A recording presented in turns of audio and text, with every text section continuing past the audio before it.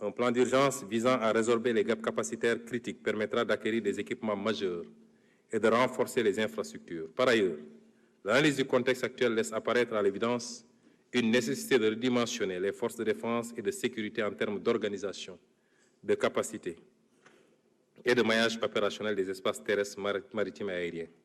C'est dans cet esprit qu'un projet de loi de programmation militaire à l'horizon 2035 sera proposé à votre auguste Assemblée très prochainement.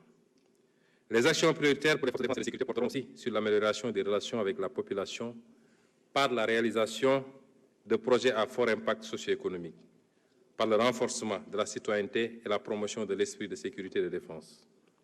La transformation de la perception et de l'image des forces de défense et de sécurité, la mise en place d'un cadre d'interaction efficace pour l'amélioration, l'accueil et réduire les délais de traitement des dossiers, la création d'une plateforme de traitement des dossiers, la création d'une plateforme digitale d'information et la réduction des accidents de la circulation sont autant d'actions qui polarisent les efforts. Cela commande de finaliser le processus de départementalisation de la sécurité dans toutes ses dimensions, gendarmerie, police et sécurité civile. De prendre les dispositions idoines pour assurer une présence permettant de réduire les délais d'intervention, de décentraliser l'intervention spécialisée, de renforcer les capacités techniques des unités d'investigation en police judiciaire et d'activer des unités spécialisées en milieu maritime, aérien et ferroviaire. Monsieur le Président de l'Assemblée nationale, Mesdames et Messieurs les honorables députés, notre engagement panafricain sera renforcé. Le Sénégal est déterminé à jouer un rôle accru en Afrique et sur la scène internationale. Fidèle à notre tradition de havre de paix, nous œuvrerons à renforcer notre intégration régionale au sein de l'Afrique de l'Ouest et à promouvoir une coopération plus étroite avec nos partenaires africains. Conformément aux instructions du chef de l'État, le Sénégal ratifiera le protocole de Malabo de 2014 qui vise à ériger le Parlement panafricain en une institution législative et pas à part entière. Dans la même foulée, nous passerons en revue tous les traités et protocoles régionaux afin de nous mettre à jour pour ce qui concerne la ratification, leur incorporation dans notre droit interne et leur mise en œuvre. Nous nous évertuerons à être un pays modèle dans le domaine de l'intégration régionale en Afrique et soutiendrons activement les chantiers de la CEDEAO. Le Sénégal renforcera, comme jamais auparavant, ses relations avec les pays africains frères. Nous œuvrons sans relâche à favoriser les relations entre les secteurs privés et milieux d'affaires africains et ouest-africains afin de développer le commerce intra-africain et interrégional en exploitant les facilités offertes par la ZLECAf et la CEDEAO notamment. Nous ne ménagerons aucun effort pour une meilleure interconnectivité des infrastructures routières, ferroviaires, maritimes et aériennes, notamment dans le cadre des programmes communautaires de développement et du plan de développement des infrastructures en Afrique. Parallèlement, notre pays apportera toute sa contribution à la réussite du grand projet de gazoduc africain atlantique qui impacte la quasi-totalité des pays africains de l'Ouest. Une attention particulière sera portée au partenariat avec les pays voisins pour l'exploitation des ressources et la mutualisation des expériences. À cet effet, nous mettrons sur pied, dès 2025, une agence en charge de la mobilisation des experts et des volontaires sénégalais au service du développement en Afrique, tout en facilitant l'accueil d'étudiants et de stagiaires africains et internationaux au Sénégal, et le placement en position de stage des cadres sénégalais dans les pays amis et frères.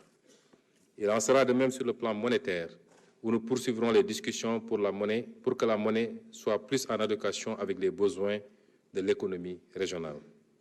Quant à nos compatriotes de la diaspora, je salue une fois de plus leur apport inestimable à l'œuvre de construction nationale. Le gouvernement lancera un vaste programme de recensement des Sénégalais de l'extérieur pour mieux valoriser leur potentiel grâce à des programmes adaptés. Dans cette perspective, nous mettrons en place une haute autorité de la diaspora, un organe consultatif rattaché à la primature pour conseiller le gouvernement sur les questions touchant aux Sénégalais de l'étranger. Les associations de la diaspora les plus représentatives y seront représentées et la durée de validité du passeport sera étendue à 10 ans.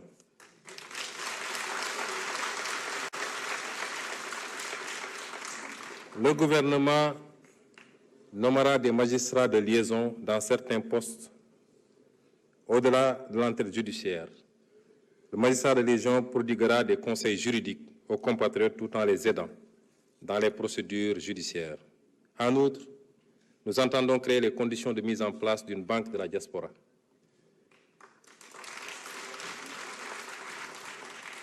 Nous appliquerons le principe de réciprocité pour la délivrance de visas aux ressortissants de certains pays.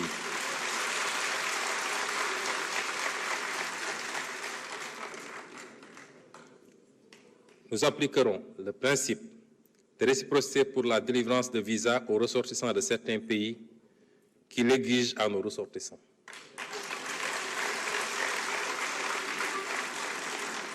Je rappelle que si la suppression de la procédure des visas biométriques payants est entrée en vigueur le 1er mai 2015, les textes législatifs et réglementaires l'instituant n'ont pas été abrogés subséquemment.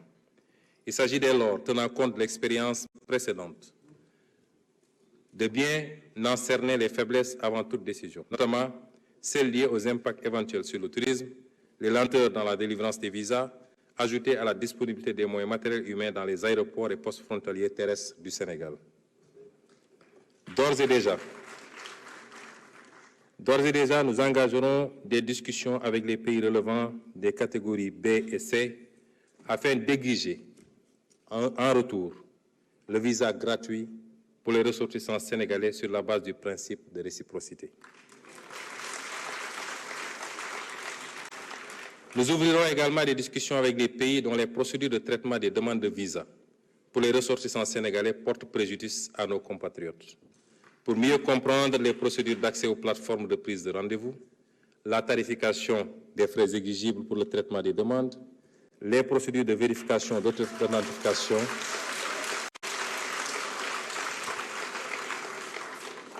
la tarification des frais exigibles pour le traitement des demandes, les procédures de vérification d'authenticité et de transmission des documents d'état civil.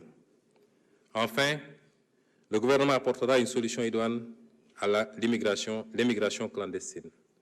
D'abord par la mise en œuvre d'une politique de développement et de lutte contre la pauvreté portée par la Vision 2050, ensuite par le renforcement des dispositifs de lutte contre la migration irrégulière, en multipliant les contrôles et en renforçant les sanctions, mais également par la promotion d'une migration régulière en partenariat avec les pays d'accueil et de transit des migrants, ainsi que le soutien aux initiatives de retour volontaire et à la réintégration. Il s'agira de lutter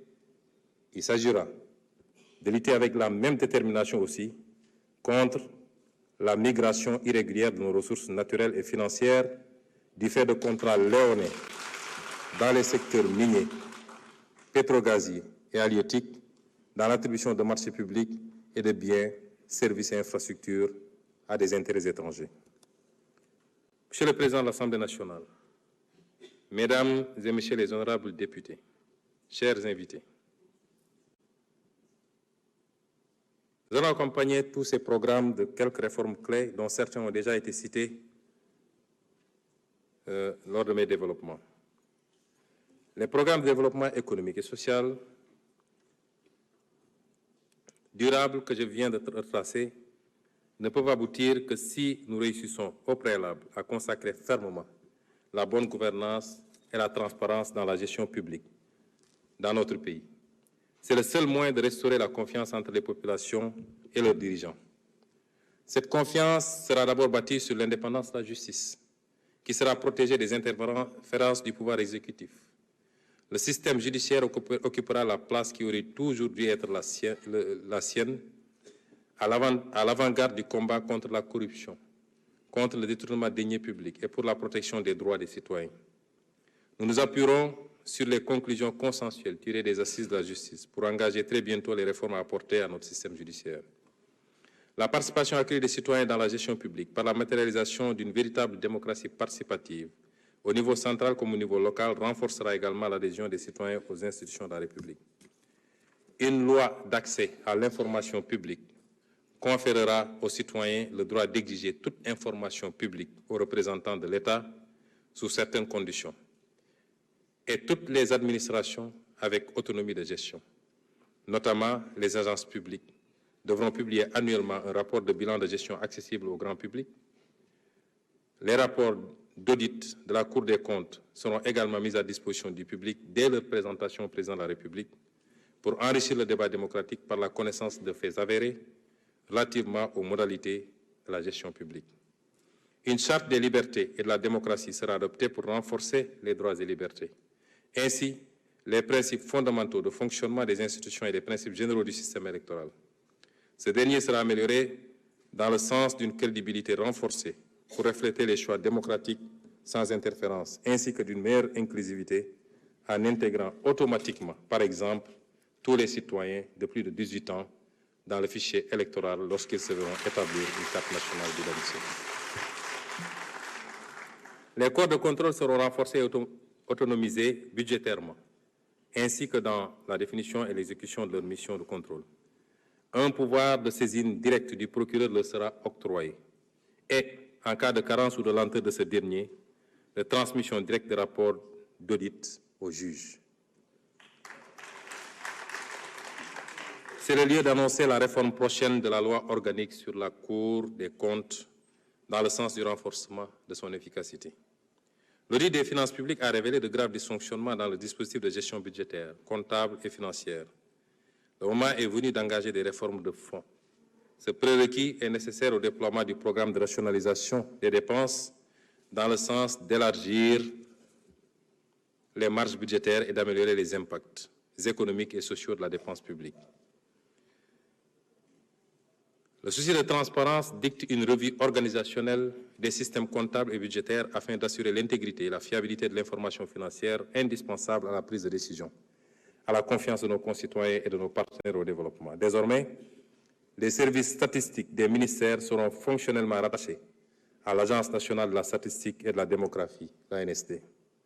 Nous engagerons une réforme foncière et une planification territoriale rigoureuse afin de valoriser les terres agricoles, de sécuriser les droits des producteurs et de protéger les espaces agricoles contre l'urbanisation non planifiée et l'exploitation minière à grande échelle, favorisant ainsi les investissements agricoles à long terme sur les parcelles.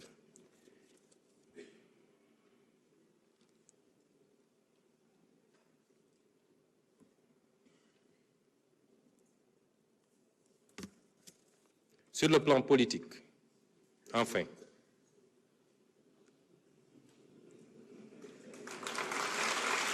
ça me permet de voir